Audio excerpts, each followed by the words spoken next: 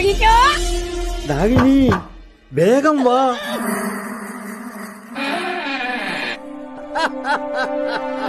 നമുക്കൊരു സ്ഥലത്ത് പോകാം. എന്താ കാര്യം? നമ്മൾ എങ്ങോട്ടാ പോകുന്നത്? അതൊക്കെ ചെല്ലുമ്പോൾ അറിയാം. ഒന്ന് പറ കുട്ടൂസ. മംഗൂസ് മന്ത്രവാദിയെ കാണാൻ. അയാളെ കൂട്ടുപിടിച്ച് നമുക്ക് രാജുവിനെയും രാധയെയും ശരിപ്പെടുത്തണം.